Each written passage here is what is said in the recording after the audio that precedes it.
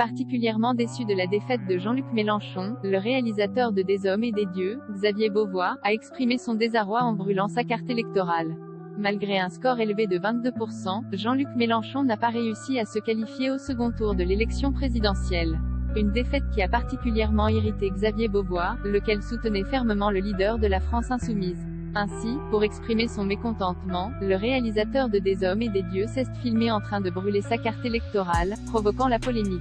ECHAPPERAS à condition sociale par le CINEMA. Fils d'un père préparateur en pharmacie et d'une mère professeure de couture, Xavier Beauvois grandit à Auchel, dans le Pas-de-Calais.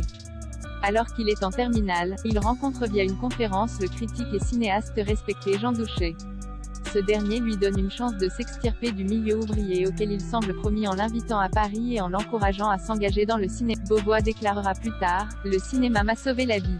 Ce n'est même pas un métier, c'est quand je pense à mon enfance, là d'où je viens, à ce que j'aurais pu faire là-bas.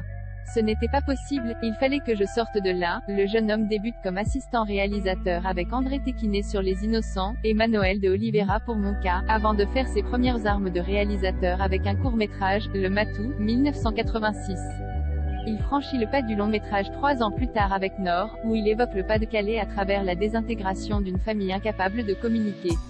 Après un séjour à la Villa Médicis, lieu de résidence et de travail pour artistes sous la tutelle du ministère de la Culture, Xavier Beauvois réalise en 1995 N'oublie pas que tu vas mourir, chronique désenchantée et romantique d'un étudiant, incarné par lui-même, apprenant sa séropositivité. Le long-métrage, comprenant aussi Roche Dizem au casting, lui vaut le prix Jean Vigo et le prix du jury à Cannes.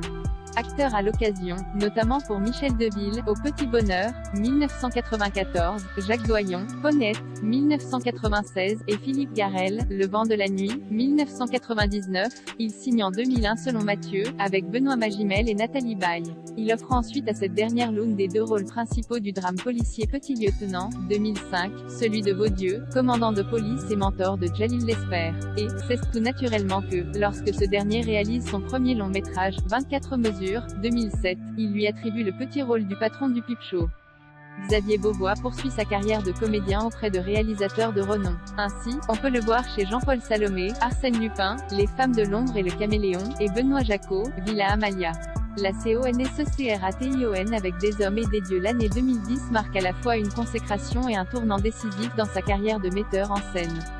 En effet, 5 ans après son dernier film, Xavier Beauvois revient à la réalisation en présentant au Festival de Cannes Des hommes et des dieux, dans lequel Lambert Wilson et Michael Lonsdal interprètent les membres éminents des moines de Tibérine, retrouvés assassinés en 1996 en Algérie. Succès monumental, tant critique que commercial, plus de 3 millions d'entrées sur le territoire français, le long-métrage obtient le Grand Prix du jury et le César du meilleur film. En parallèle, le natif d'Auchel se glisse en 2011 dans la peau de personnages marquants dans El Apollonide, souvenir de la Maison Close et de Bon Matin, le patron sadique de Jean-Pierre Daroussin, s'exclut. L'année suivante, il est le meilleur ami de Jean-Paul Rouve dans l'émouvant Quand je serai petit, puis joue ni plus ni moins que Louis XVI pour Benoît Jacot, Les adieux à la reine. Il retrouve également Roche Dizem dans ses réalisations Bodybuilder, 2014, et Chocolat, 2016. À noter aussi ses prestations plus ou moins importantes dans Marilyn de Guillaume Gallienne, Le secret des banquises de Marie Madinier, Un beau soleil intérieur de Claire Denis, L'amour est une fête de Cédric Angers et Les estivants de Valéria Bruni-Tedeschi.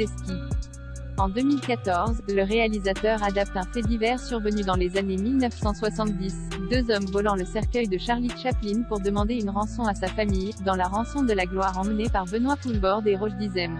3 ans plus tard, il retrouve Nathalie Baye pour Les Gardiennes, un drame sur le quotidien des femmes durant la Première Guerre mondiale. Aimant varier les thématiques qu'il traite, Xavier Beauvois signe en 2020 Albatros, un drame emmené par Jérémy Renier se déroulant dans la très cinématographique ville côtière des Etretat. Le long métrage, qui suit un gendarme dont la vie bascule après avoir accidentellement tué un agriculteur ruiné, a l'honneur d'être présenté en compétition au Festival de Berlin.